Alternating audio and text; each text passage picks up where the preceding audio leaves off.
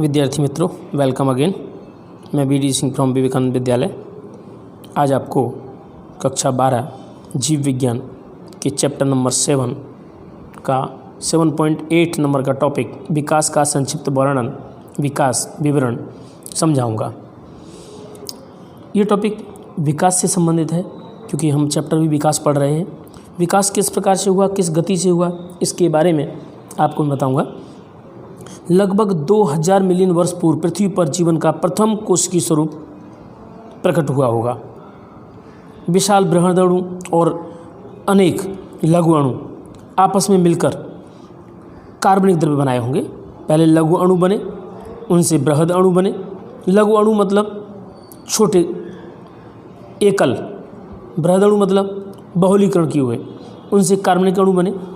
कार्बनिक द्रव्य जटिल कार्बनिक बने, जैसे कार्बनिक में सरल कार्बनिक ग्लूकोज है, जटिल कार्बनिक ग्लाइकोजन वगैरह।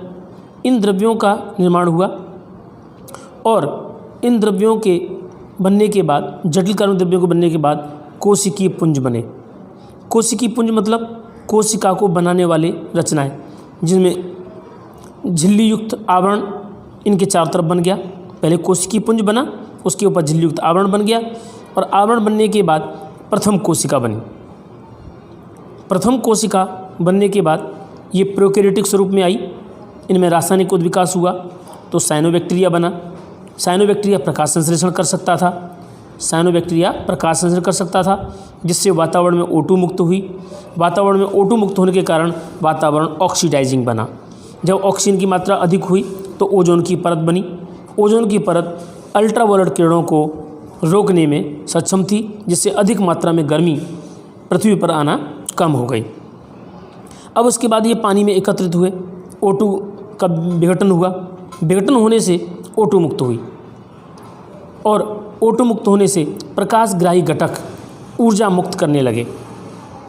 प्रकाशग्राही घटक मतलब प्रकाश संग्रही वर्णकों से प्रेरित हुआ। धीरे धीरे एक कोशीय जीव बहुकोषीय सजीवों में बदल गए। ऊर्जा एकत्र करके एक कोषीय सजीव जो है एक कोष से दो कोष बन गया। इस तरह से उद्विकास चालू रहा। लगभग 500 मिलियन वर्ष पूर्व अकशेरुकीय प्राणी बने। लगभग 500 मिलियन वर्ष पूर्व अकशेरुकीय प्राणी बने और लगभग 350 मिलियन वर्ष पूर्व जबड़े रहित मछलियां बनी, अस्तित्व में आईं।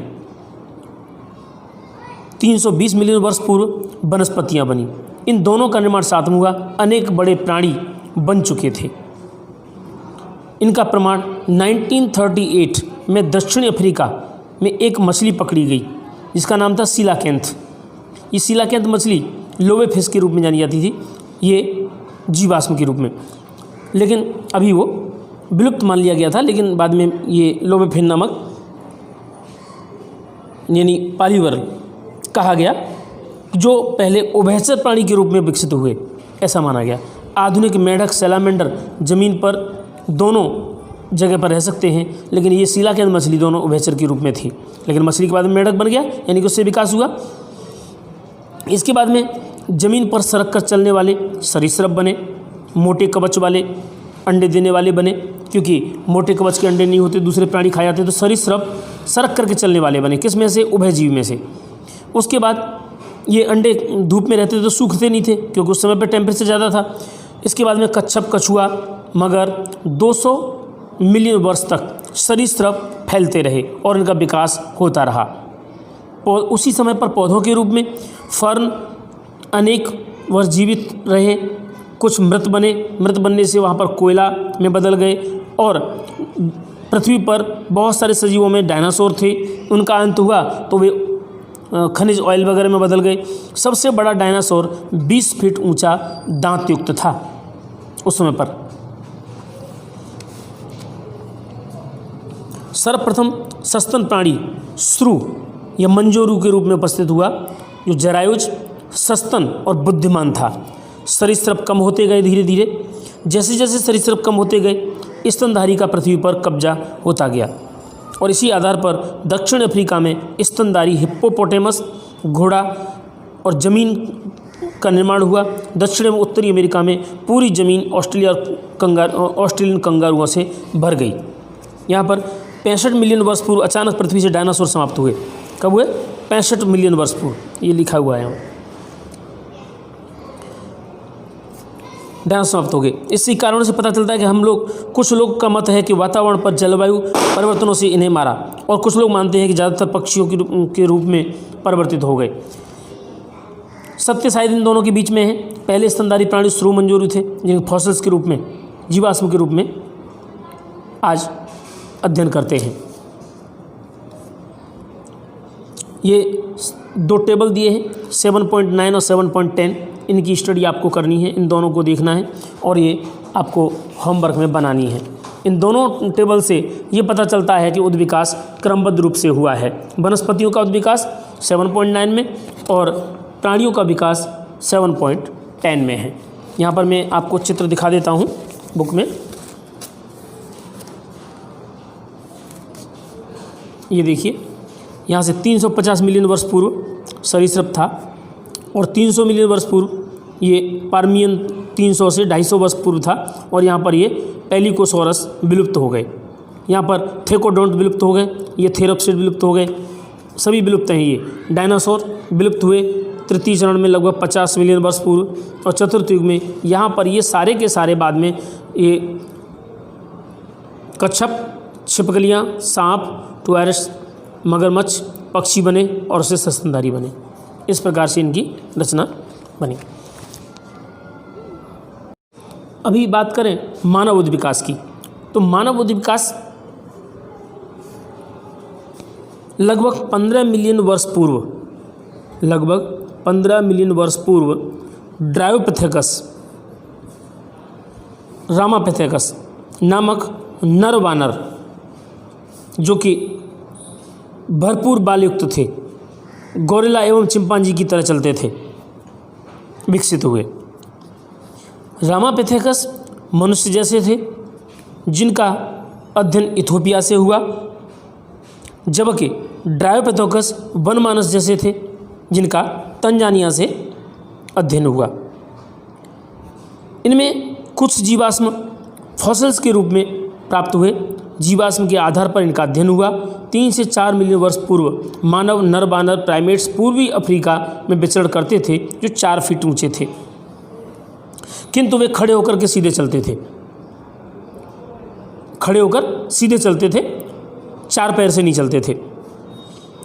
2 मिलियन वर्ष पूर्व ऑस्ट्रेलोपिथेकस अस्तित्व में आया और पूर्वी अफ्रीका के घास के स्थलों में ही रहते थे। हथियारों के द्वारा शिकार करते थे। हथियार पत्थरों में से बनाते थे, पत्थरों में से तराश करके हथियारों का निर्माण करते थे, तथा फल भी खाते थे, फलों का भोजन करते थे। खोजी गई अस्थियों में से कुछ अस्थियां बहुत ही भिन्न थीं। इस जीव का पहला मानव जैसे प्राणी के रूप में जाना गया और उसे होमो हैबिलस कहा गया। सबसे प्रथम मानव जैसा प्राणी होमो हैबिलस। इसकी दिमागी क्षमता 650 से 800 सीसी थी। ये मांसाहारी नहीं थे, मांस नहीं खाते थे, परंतु 1991 में जावा में खोजे गए जीवाश्म होमो इरेक्टस, जो कि 1.5 मिलियन वर्ष पूर्व होमो इरेक्टस 900 सीसी वाले, जो इनका ब्रेन कैपेसिटी 900 सीसी थी, और होमो इरेक्टस ये मांस खाता था, ये मांसाहारी थे।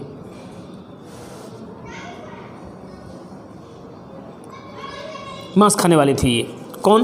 होमो इरेक्टस। लेकिन होमो हैबिलस ये शाकाहारी थे। इसके बाद में नियंडरथल मानव आया। नियंडरथल मानव की ब्रेन कैपेसिटी 1400 सीसी थी और ये लगभग 1 लाख से 40,000 वर्ष पूर्व पूर्वी मध्य एशिया देशों में रहते थे। इनमें सुरक्षा के लिए अपने शरीर पर अन्य प्राणियों की खाल का उपयोग करते थे। जैसे ठंडी लगे या अन्य सुरक्षा करनी हो तो दूसरे अन्य प्राणियों की खाल का उपयोग ये कर लेते थे, और अपने मृतकों को जमीन में गाड़ करके दफनाते थे। इसके बाद होमोसेपियंस आया। होमोसेपियंस अफ्रीका में विकसित हुआ। 75,000 से लेकर 10,000 वर्ष पहले इसका युग था। धीरे धीरे महाद्वीपों के पार पहुंचा और वहां हिमयुग के अंदर आधुनिक युग में मानव पैदा हुआ। हिमयुग में आधुनिक मानव का अस्तित्व आया, जो कि 18,000 गुफाओं में 18,000 वर्ष पूर्व ये कार्यरत थे और कृषि कार्य लगभग इन्होंने 10,000 वर्ष पूर्व शुरू किया और मानव बस्तियाँ बनाना शुरू किया। बाकी जो कुछ हुआ वह मानव इतिहास का वृद्धि और भाग का सभ्यता की प्रगति का विकास के रूप में बताया गया है। यहाँ पर भी ये कुछ फिगर्स दिए हो बुक में से, इनकी स्टडी कर लेना।